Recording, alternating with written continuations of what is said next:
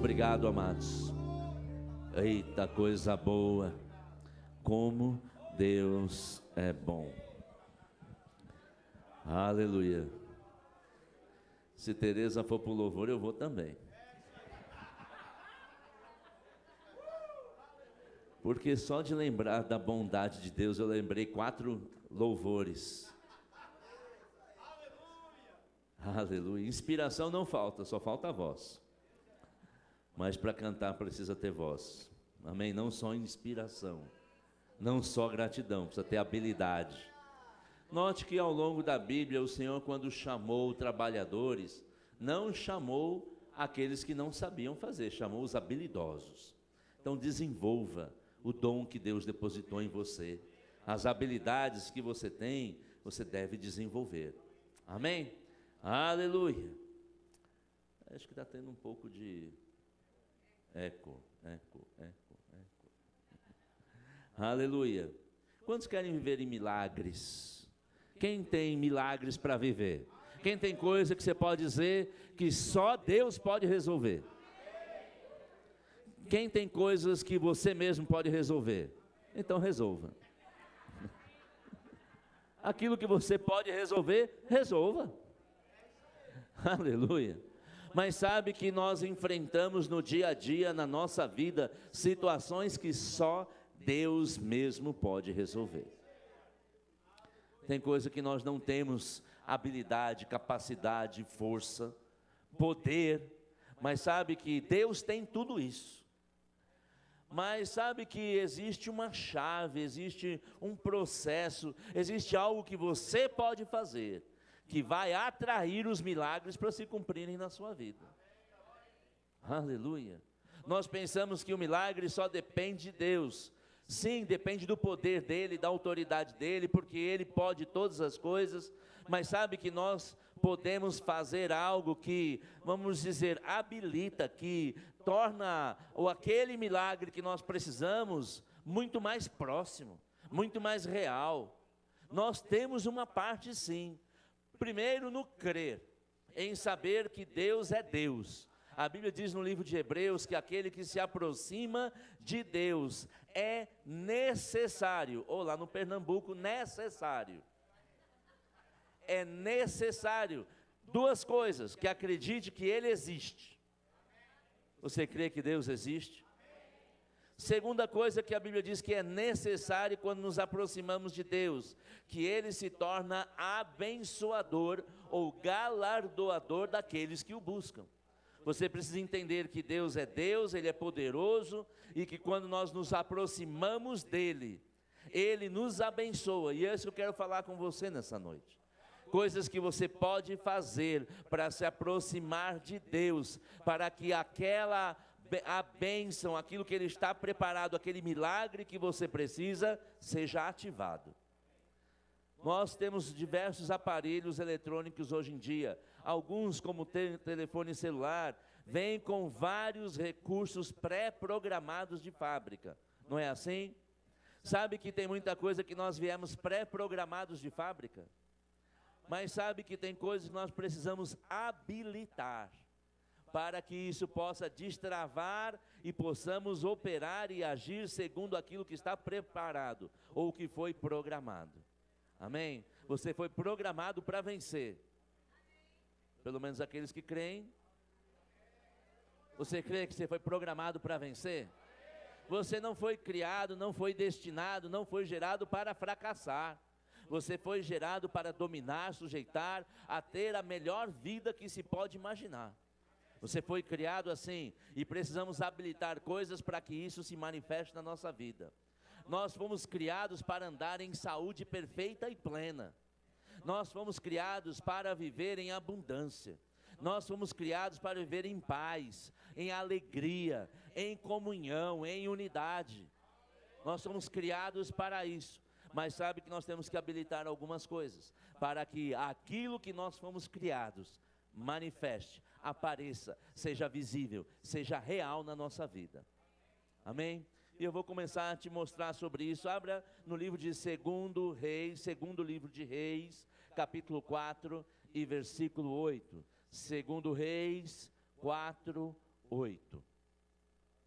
segundo livro de Reis, capítulo 4, versículo 8. Eu vou ler durante toda a ministração numa versão, uma tradução chamada transformadora, porque eu creio que vai nos transformar, amém? Mas você acompanha na sua versão que também está correta. Diz assim, segundo Reis, capítulo 4, versículo 8. Certo dia, Eliseu foi à cidade de Sunem. Uma mulher rica que morava na cidade, o convidou para fazer uma refeição em sua casa. Depois disso, sempre que ele passava por lá, parava na casa dela para comer. A mulher disse ao marido: sem dúvida, este homem que sempre passa aqui é santo homem de Deus. Vamos construir um quartinho para ele no terraço e mobiliá-lo com uma cama, uma mesa, uma cadeira, uma lâmpada. Assim, quando ele passar por aqui, terá um lugar para ficar. Um dia, Eliseu voltou a Sunem e subiu ao quarto para descansar. Sabe que a história dessa mulher, ela é muito rica e é através dela que nós vamos receber do Senhor nesta noite.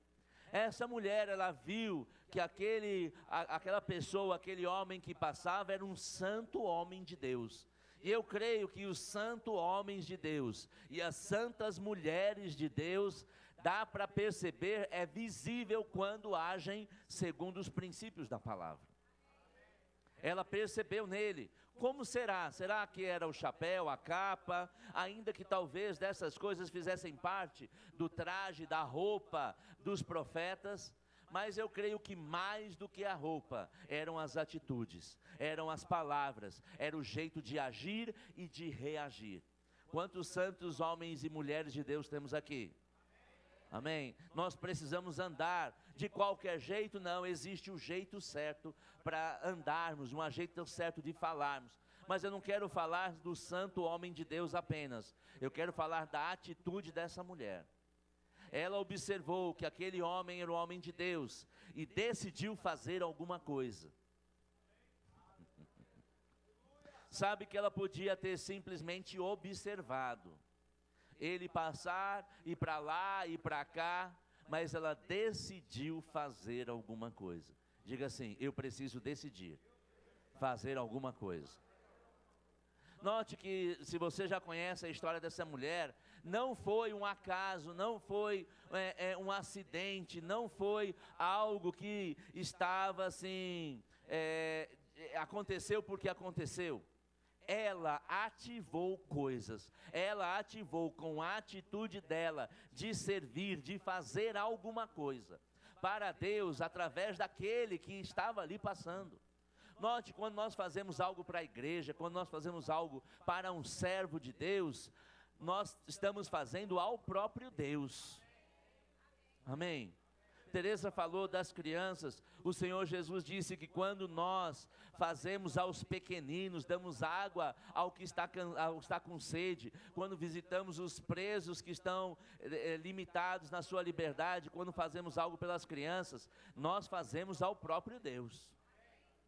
Note, mas que nós estamos fazendo por uma pessoa, mas é como nós se estivéssemos fazendo para o próprio Deus. Porque quando você faz algo para um filho, você está fazendo também para o pai. Amém? Muitas vezes nós damos presentes naturais aos filhos e os pais ficam felizes, porque sabemos que estamos fazendo por amor ao pai e ao filho. Amém? Note, essa mulher, ela fez alguma coisa. O que coisa Deus tem te chamado e você tem sido despertado para fazer? Isso você deve fazer. Cada um vai ser despertado para alguma coisa. No caso dela, ela pegou das próprias economias, da própria condição, ainda que ela fosse rica. Mas quantos conhecem rico que não quer fazer nada? Só quer ficar mais rico. Mas ainda que ela fosse rica, mas sabe que nós vemos na Bíblia pessoas que não eram ricas, mas também que decidiram fazer alguma coisa e a sua vida foi transformada. Tem coisa que você precisa que seja transformada na sua vida. E eu quero te dar um estímulo. Começa a fazer alguma coisa. Começa a servir a Deus de alguma forma. Começa a servir talvez na casa dele ou servindo alguém, porque ficar parado em casa vendo novela, vendo TV ou fazendo o que não deve, não vai ativar o milagre que precisamos. Aleluia. Note, qualquer um, o que é exigido de alguém para servir? Somente uma coisa: decisão.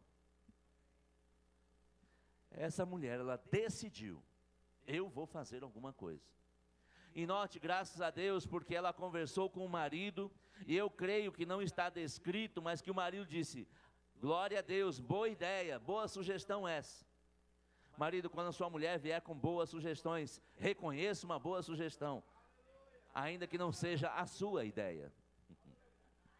Aleluia. Deus é bom. Note, ela só precisou fazer alguma coisa. Você só precisa, para ativar o seu milagre, fazer alguma coisa. Ah, não, mas eu quero que façam por mim. Mas aquilo que você não planta, você não colhe. Eu creio que foi Thomas Jefferson, um presidente americano, que deu uma frase que ainda é conhecida até hoje, dizendo: não pergunte o que os Estados Unidos podem fazer por você. Pergunte o que você pode fazer pelos Estados Unidos. Não adianta ficarmos dizendo: Senhor, eu quero que alguém faça algo por mim, eu preciso que alguém faça algo por mim, se você não se dispõe a fazer nada por ninguém, ou fazer algo na obra dele. Aquela mulher não estava com segundas intenções, ela simplesmente reconheceu que algo da parte de Deus precisava ser feito, ou algo para aquele que representava a Deus, ou para a obra de Deus, porque ela reconheceu que ele passava para lá e para cá, provavelmente exercendo o ministério dele, e ela decidiu: eu vou cooperar com aquilo que Deus está fazendo através da vida deste homem. E porque ela fez isso, ativou uma sequência e uma série de milagres que guardou essa mulher até o fim da sua vida. Talvez você possa dizer: mas eu não quero fazer nada. Você é livre para decidir não fazer. Mas você não pode cobrar algo que você não esteja disposto a fazer também. Ah, mas ninguém me visita, ninguém vem orar comigo. Você tem orado por alguém? Você tem servido ao Senhor? Do mesmo livre-arbítrio que você tem de não querer fazer, outras pessoas podem ter também de não querer fazer por você. Mas eu não faço com essa intenção, eu faço porque eu amo a Deus e a sua obra. Você ama a Deus? Você ama a obra dele? O que você tem feito para Deus? Porque infelizmente a modernidade, a atualidade, o sistema que nós vivemos atualmente, as pessoas pensam, em alguns casos, não aqui, mas em alguns casos, pessoas pensam assim: eu já estou fazendo um grande favor de ir para a igreja. De verdade está fazendo um grande favor a si mesmo. Ah, eu já sirvo a Deus porque eu vou lá, sento e fico ouvindo. Isso não é servir. Isso é ser servido. Quando eu sento para ouvir a palavra de Deus e alguém está ministrando, eu estou sendo servido. Aleluia. Mas eu sei que existe algo que Deus me chama para fazer. O que, pastor? Eu não sei o que Deus te chamou para fazer, mas alguma coisa você pode fazer. Não existe nenhum impedimento para servirmos a Deus. Aleluia. Diga assim: eu vou servir do jeito que eu puder, mas com excelência e com qualidade. Do jeito que eu puder não é de qualquer jeito, porque Deus não se agrada e nunca se agradou de coisas mal feitas. Tudo que nós podemos estudar na Bíblia, Ele orientou para fazer com excelência. Eu falo de qualquer coisa no sentido de eu posso fazer uma coisa, eu posso ter algumas habilidades, ou se eu não tenho, pelo menos eu posso perguntar o que tem para ser feito. Mas eu posso ter habilidades e vou servir a Deus com as minhas habilidades. Amém? Ah, mas eu não tenho habilidade nenhuma. Deus vai te ajudar a desenvolver habilidades. Ele de verdade diz lá em Deuteronômio capítulo 8, versículo 18, que é Ele que te dá habilidades para adquirir as coisas, adquirir riquezas. Aleluia. Vamos continuar e ver a sequência por causa dessa decisão dessa mulher. E eu creio que pessoas vão sair daqui, e até antes de sair vão decidir: eu estava parado, eu estava estacionado, mas agora eu vou entrar em ação, eu vou servir a Deus com alegria, porque eu entendi que o meu servir habilita milagres na minha vida. Aleluia. Vamos agora no capítulo 4, no versículo 12, 2 Reis 4, 12, na sequência aí desse texto que estávamos lendo, nós lemos até o 11. Diz assim, 2 Reis 4, 12: disse a seu servo Geazi, está falando do profeta Eliseu: chame a sunamita. Quando ela veio, Eliseu disse a Geazi: diga-lhe que somos gratos por sua bondade e o seu cuidado conosco. Sabe de uma coisa, que gratidão também está no centro da vontade de Deus? Pessoas, quando fazem algo por você, a primeira reação que devemos ter é: obrigado. Obrigado, porque você fez algo. Muitos não estão servindo porque as pessoas não têm sido gratas, mas nós somos aqueles que somos gratos. Primeiro a Deus e segundo por pessoas que fazem algo por nós. Amém? E aquele homem de Deus, ele era grato. Somos gratos por sua bondade e seu cuidado conosco. O que podemos fazer por você? Podemos falar a seu favor ao rei ou ao comandante do exército? Não, respondeu ela, minha família cuida bem de mim. Mais tarde Eliseu perguntou a Geazi: o que nós podemos fazer por ela? Note que essa mulher tinha algo que ela precisava, mas ela mesma estava dizendo: eu vivo bem. Eu vivo bem. Talvez você nem perceba o que está lhe faltando, mas sabe que Deus percebe o que está lhe faltando? Deus, quando Ele te chama para servir, talvez você vai dizer: não, eu tenho tudo, mas Deus quer te acrescentar ainda mais. Ele quer te acrescentar coisas que vai te levar para um nível maior e mais alto. Mesmo que você esteja satisfeito, Deus está dizendo: eu quero fazer mais pelos meus filhos. Aquela mulher não estava fazendo nada com intenção errada ou com segundas intenções. Ela estava vivendo a vida, mas Deus olhou para ela e disse: tem alguma coisa a mais que eu quero dar a ela. Começou como? Servindo. Aleluia. Verso 14. Repetindo, mais tarde Eliseu perguntou a Geazi: o que podemos fazer por ela? Geazi respondeu: ela não tem filhos e o marido é idoso. 15. Chame-a de novo, disse Eliseu. A mulher voltou e, enquanto ela estava à porta do quarto, Eliseu disse: ano que vem, por esta época, você estará com um filho nos braços. Não, meu senhor, exclamou ela. Por favor, homem de Deus, não me dê falsas esperanças. Sabe que Deus nunca vai lhe dar falsas esperanças. Quando Deus diz que vai agir na sua vida, você pode confiar, você pode acreditar. E aquela mulher diz: não, eu não quero falsas esperanças, porque muitas vezes nós recebemos de pessoas falsas esperanças. E aí imaginamos que Deus é assim. Não, Deus não dá falsa esperança. Deus, Ele quando nos dá esperança, convicção, Ele diz: eu disse, eu vou cumprir. O Senhor, Ele guarda, Ele vela, Ele cuida da sua palavra para cumprir exatamente como Ele prometeu. E aquela mulher diz: não, eu não quero ficar sonhando, viajando. Se fosse 2018, ela diria: eu não quero ficar viajando na maionese. Eu não quero fazer uma Hellman's Trip. Eu quero viver segundo princípios corretos. Mas graças a Deus ela estava falando com o homem de Deus. Amém? Mas olha no verso 17. Mas de fato, diga assim, de fato, a mulher ficou grávida. No ano seguinte, naquela mesma época, teve um filho, como Eliseu tinha dito. Como é que começou o nascimento daquele filho? Diga assim: no servir, no fazer algo para Deus. Aleluia. Foi fazendo algo para Deus. Quando Deus viu o coração dela, diz: não é que eu quero abençoar ainda mais essa mulher? Ela já é rica, ela tem posses, mas tem algo que eu quero acrescentar na sua vida. Talvez você tenha dinheiro, talvez você tenha posses, talvez você tenha imóveis, mas Deus quer acrescentar algo à sua vida. Talvez você não tenha dinheiro, não tenha posse, mas tenha uma família em paz. Deus quer acrescentar algo na sua vida. O que é que Deus quer acrescentar na sua vida? Aquilo que você ainda não tem, ou aquilo que você pode ter ainda melhor.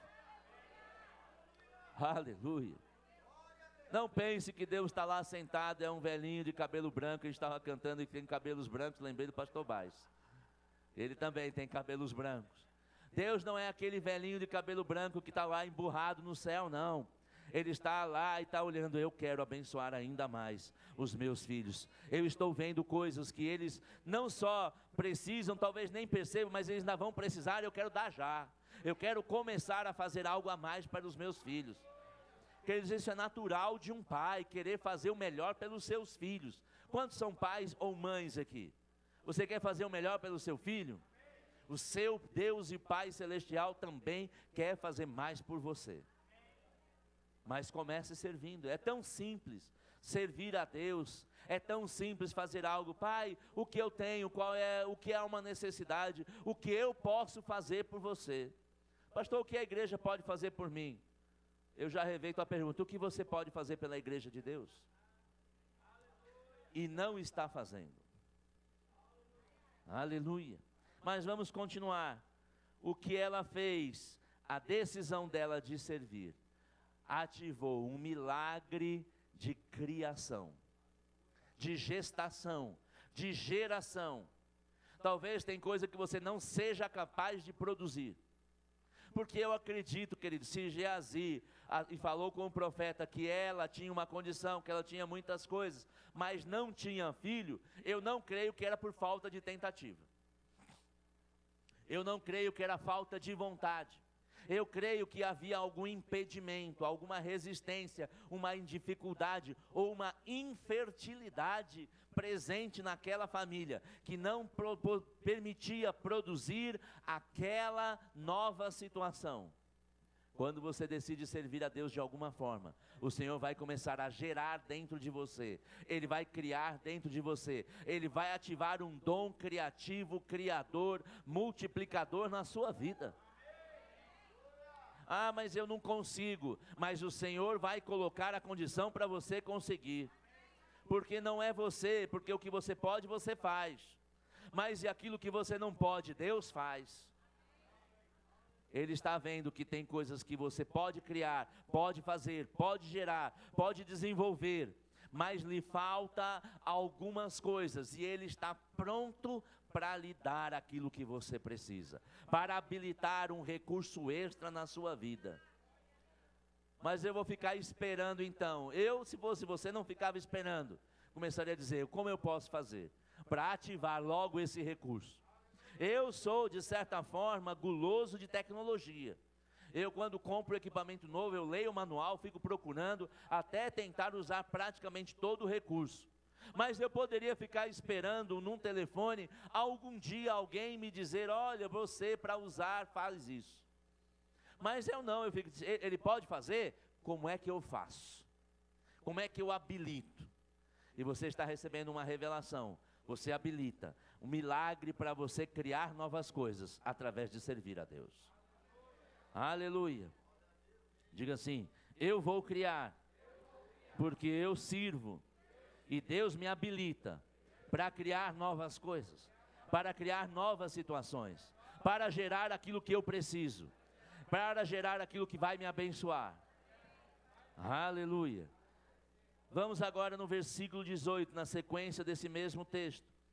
Certo dia, segundo Reis 4:18, certo dia, quando o menino estava mais crescido, saiu para acompanhar o pai, que estava no campo com os ceifeiros. Não existe uma definição, uma explicação clara da idade desse menino.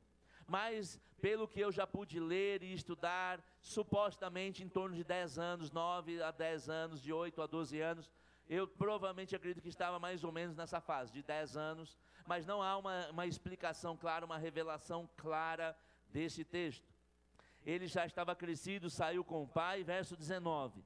De repente o menino gritou, ai! Que dor de cabeça. Talvez se tivesse um médico perto, ia dizer, está tendo um AVC. Ou alguma outra coisa. Algo muito grave aconteceu com aquele menino. Mas olha o que aconteceu na sequência.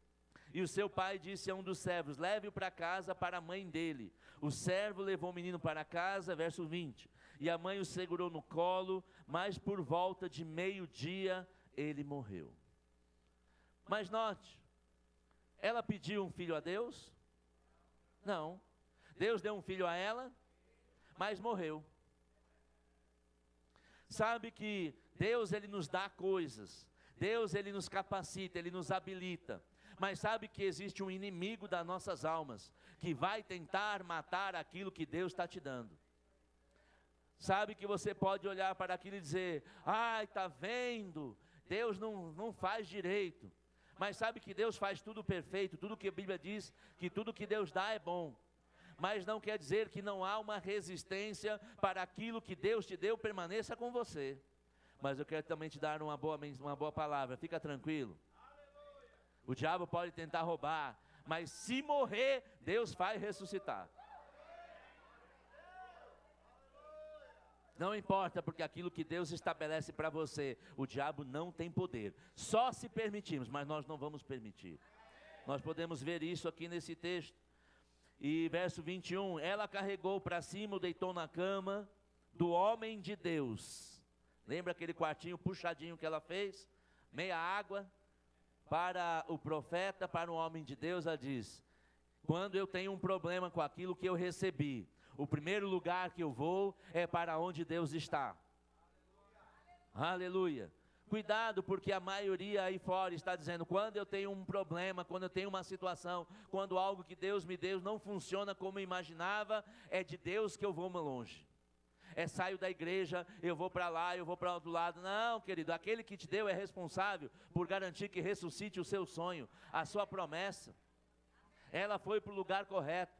Ela foi para aquele lugar onde Deus estava representado ali. Quando situações acontecem, não saia da igreja, não vai procurar outra coisa. Procure o próprio Deus que te deu a promessa daquilo que você recebeu. Aleluia. Então ela enviou um recado para o marido: mande um dos seus servos e uma jumenta para que eu vá depressa falar com o homem de Deus e volte em seguida. 23, por que hoje? Perguntou ele. O homem não estava muito ligado. Homens, vocês precisam estar, nós precisamos estar mais ligados. Aleluia, porque coisas podem estar morrendo e a gente não está percebendo. Homens têm que estar mais ligados às coisas da sua casa, da sua família. Quantos homens vão se ligar ainda mais? Aleluia. Porque hoje? Perguntou. Não é festa da lua nova, nem sábado. Ela porém respondeu: não se preocupe. Ela mandou selar a jumenta e disse ao servo: rápido, só diminua o passo quando eu mandar. E partiu para encontrar-se com o homem de Deus no Monte Carmelo. Quando ele a viu à distância, disse a Geazi: olhe lá, vem a sunamita. Corra ao seu encontro e pergunte: está tudo bem com a senhora, com o seu marido e com o seu filho? A mulher respondeu. Como é que a mulher responde? Ah, o negócio está ruim mesmo. Esse negócio que Deus deu, misericórdia. Ah, eu não aguento mais. Como é que a mulher responde? Eu sei que você responde assim. Não é verdade? E homem, como é que responde? Vai tudo bem. Note que a fé daquela mulher naquilo que Deus fez por ela não mudou a realidade visual, não mudou a certeza daquilo que Deus estava fazendo por ela. Agora, em outras igrejas, em outros lugares, tem muitos que quando passa por uma dificuldadezinha, e diz: ai, está vendo, não tem jeito. Mas querido, se Deus te prometeu, você vai dizer: vai tudo bem. A nossa fé é que aquilo que Deus já fez, o diabo não vai nos roubar. A mulher respondeu: sim, está tudo bem. Mas quando ela chegou ao homem de Deus no monte, abraçou os pés dele. Verso 27. Geazi quis afastá-la, mas o homem de Deus disse: deixe-a em paz. Ela está profundamente angustiada, mas o Senhor não me revelou o motivo. Então, verso 28, a mulher disse: acaso eu lhe pedi um filho, meu senhor? Não lhe disse que não me desse falsas esperanças? Eliseu disse a Geazi: prepare-se para viajar, pegue meu cajado e vá. Não cumprimente ninguém pelo caminho. Quando chegar, coloque meu cajado sobre o rosto do menino. E a mãe disse: tão certo como vive o Senhor, tão certo como a sua própria vida, não voltarei para casa se o Senhor não for comigo. Então Eliseu voltou com ela, e aí você vai vendo desenrolar, depois você vai ler em casa dessa sequência. Eliseu chegou lá, e aquele menino que está morto foi recuperado para o Senhor. Quando nós levamos a palavra, a presença de Deus, naquilo que nós temos convicção e recebemos de Deus, se tiver devagar, se tiver parando, se tiver meia boca, vai ficar boca inteira, vai ficar boca completa, vai ficar ativado, vai ficar funcionando como Deus preparou, e se tiver morto, o Senhor vai dar vida. Amém? Lá no verso 36 nós vimos o cumprimento dessa palavra. Eliseu chamou Geazi e disse: chama a sunamita. Quando ela entrou, Eliseu disse: aqui está seu filho, o filho recuperado, ressuscitado, firme e forte. Diga assim: o segundo milagre de servir a Deus é ressuscitar os meus sonhos e as promessas que eu tenho recebido de Deus. Note que ela começou no servir e reconhecer a Deus na sua vida, e ela não desistiu de crer naquilo que o Senhor preparou. Talvez você tenha hoje sonhos, tenha promessas que você já deu como perdido, mas sabe que Deus não deu nada como perdido na sua vida. Nenhum relacionamento, nenhuma condição física, nenhuma situação financeira para Deus dizer: eu tentei, mas o negócio está complicado, então eu vou deixar para lá. Não, Deus não age assim. Deus está trabalhando para que a plenitude daquilo que Ele prometeu se manifeste na sua vida. Quantos se alegram por isso? Aleluia. Mas como essa mulher, qual é a nossa responsabilidade? Não murmurar, não reclamar, não nos afastarmos do caminho do Senhor quando a situação apertar. Porque parece que quando está tudo bem, eu amo o Senhor, Deus, o Senhor é bom e o seu amor dura para sempre, mas basta apertar um pouquinho: esse negócio de igreja não funciona, esse negócio de Deus não sei não. É nessa hora que nós temos que nos apegar mais ao Senhor. Amém? Eu conheço um homem de Deus que dizia: quando as minhas finanças estão apertadas, aí que eu dobro as minhas ofertas. O que ele está fazendo? Eu estou plantando mais, eu vou regar mais, porque eu sei que a palavra de Deus é a verdade e vou colher grandes frutos. Aleluia. Não é a hora de recuar, não é a hora, até porque Deus não se agrada para aqueles que retrocedem, mas Ele confia e ama aqueles que avançam. Pode parecer que está morto, mas você diz: vai viver, vai multiplicar, vai ficar sarado, vai ficar curado. Não, a medicina diz que não tem jeito, mas Deus diz que você é sarado pelas pisaduras de Jesus. Aleluia. O diabo tenta, mas ele não consegue tirar aquilo que Deus te deu. Aleluia. Agora vamos no capítulo 6, no verso 24, aí mesmo de 2 Reis. Nós não vamos sair de 2 Reis. Amém?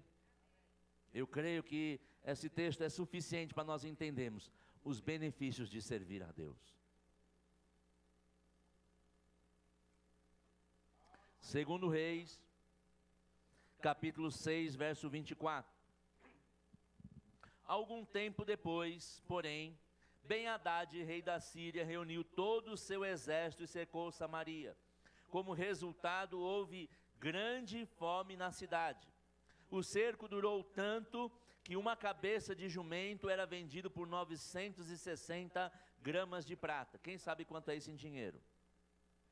Em torno de R$1.200. Uma cabeça de jumento. Eu não sei o que você pensa, mas R$1.200 para mim é bastante dinheiro. Para qualquer coisa. E 1/3 de litro, ou seja, 330 ml de esterco de pombo, por 60 gramas de prata, ou seja, R$ 75, uma latinha de esterco de pombo. Pense num negócio caro. Eu não sei o que fariam com aquilo, mas eu sei que era caro. Amém? Por quê? Porque houve uma guerra, houve uma pressão. Sabe o que nós podemos traduzir para os dias de hoje? Houve uma crise na economia. O dólar subiu para mais de 4.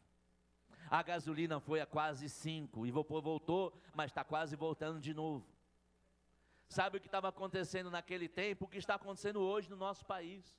Uma crise onde parece que não tem jeito e que tudo está caro. Ai, mas eu não estou ganhando o suficiente.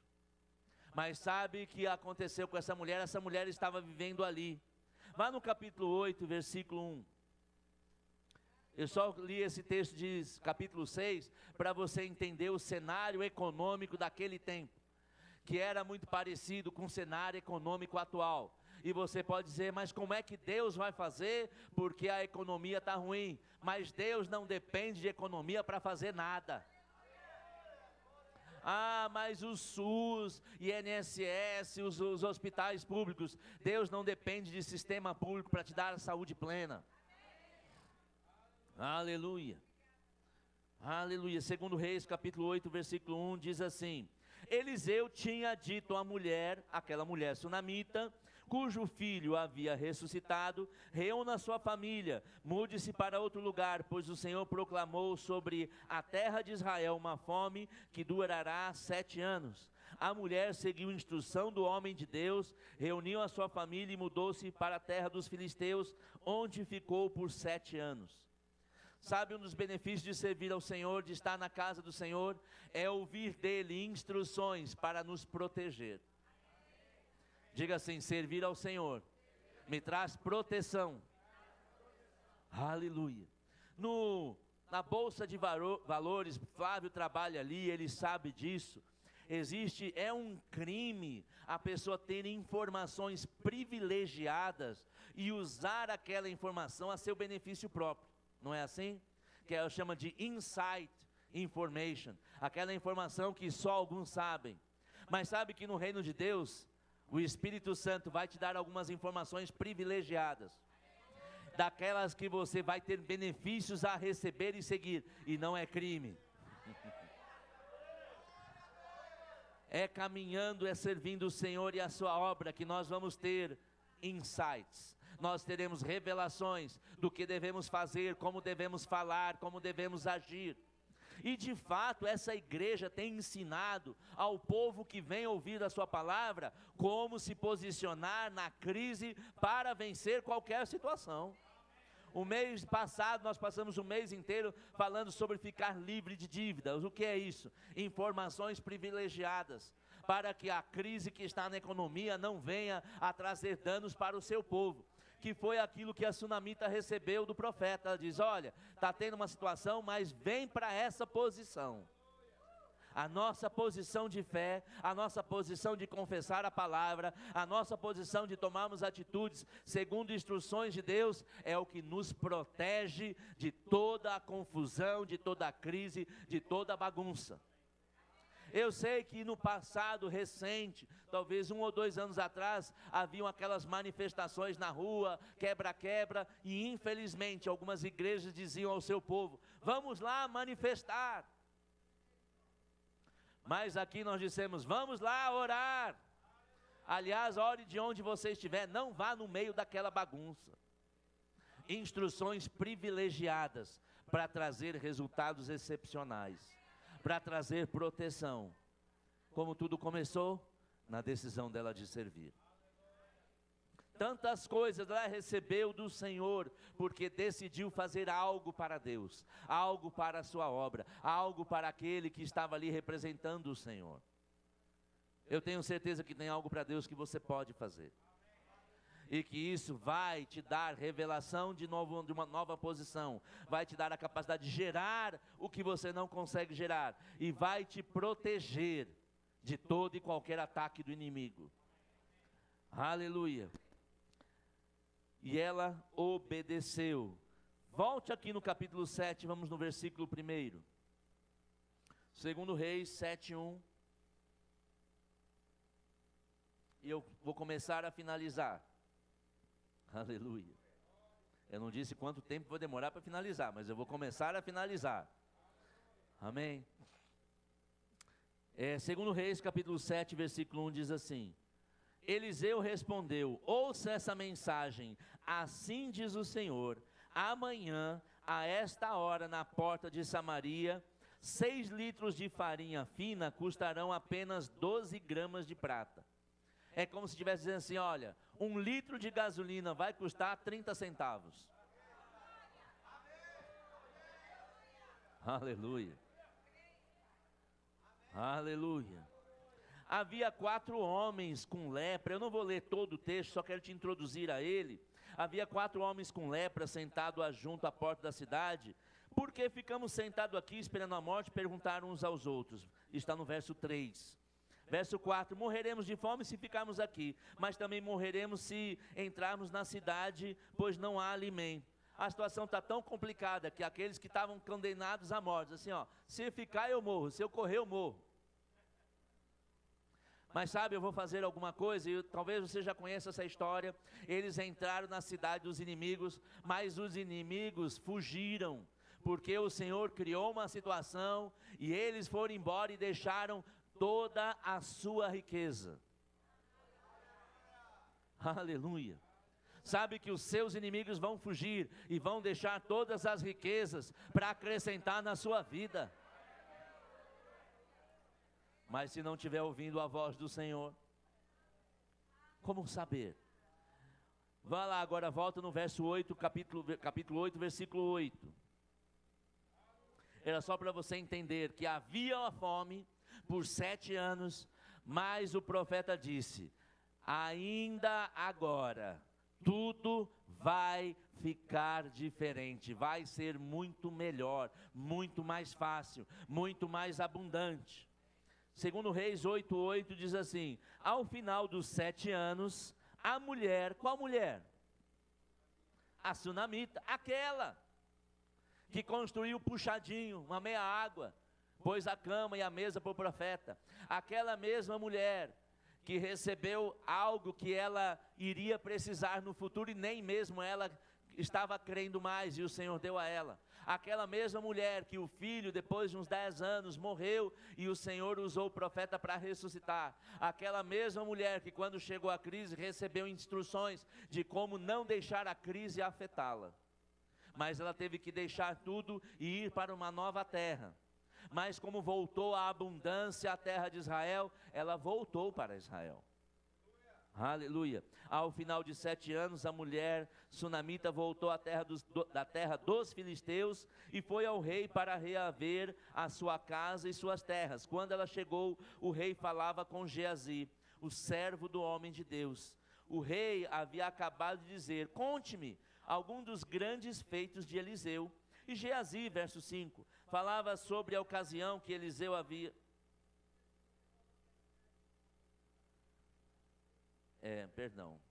É no verso 3, 4, agora o 5. Segundo Reis 8, 5. Perdão, é que eu já estava pulando lá para a conclusão. Aleluia. Segundo Reis 8, 5, e Geazi falava sobre a ocasião em que Eliseu havia ressuscitado um menino. Que menino? O filho da mulher.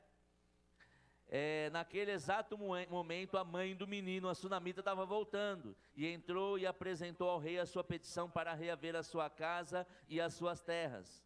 Veja, ó meu senhor rei, o rei, exclamou Geazi, esta é a mulher, este é o filho dela, que Eliseu ressuscitou. É verdade? Perguntou ao rei a mulher, e ela lhe contou o que havia acontecido. Então o rei ordenou a um dos seus oficiais: providencie que tudo seja devolvido a ela, inclusive o valor das colheitas realizadas durante o tempo que esteve ausente. Sabe que o seu rei, o seu Deus, já deu uma ordem. Como é que é? Ficou na dificuldade, na pindaíba, endividado por um tempo? Ah, nada. Ele já deu uma ordem para que você seja restabelecido em todas as coisas que o diabo lhe roubou. Não é só no que roubou, o que você deixou de ganhar vai ser acrescentado. Aquilo que você poderia ter feito vai ser acrescentado. Ah, mas e se não tivesse crise, se não tivesse situação, eu teria produzido muito mais. O Senhor está te dando, além daquilo que você tinha, aquilo que você poderia ter feito já está acreditado na sua conta. Aleluia, vamos ficar em pé, quero chamar o grupo de música.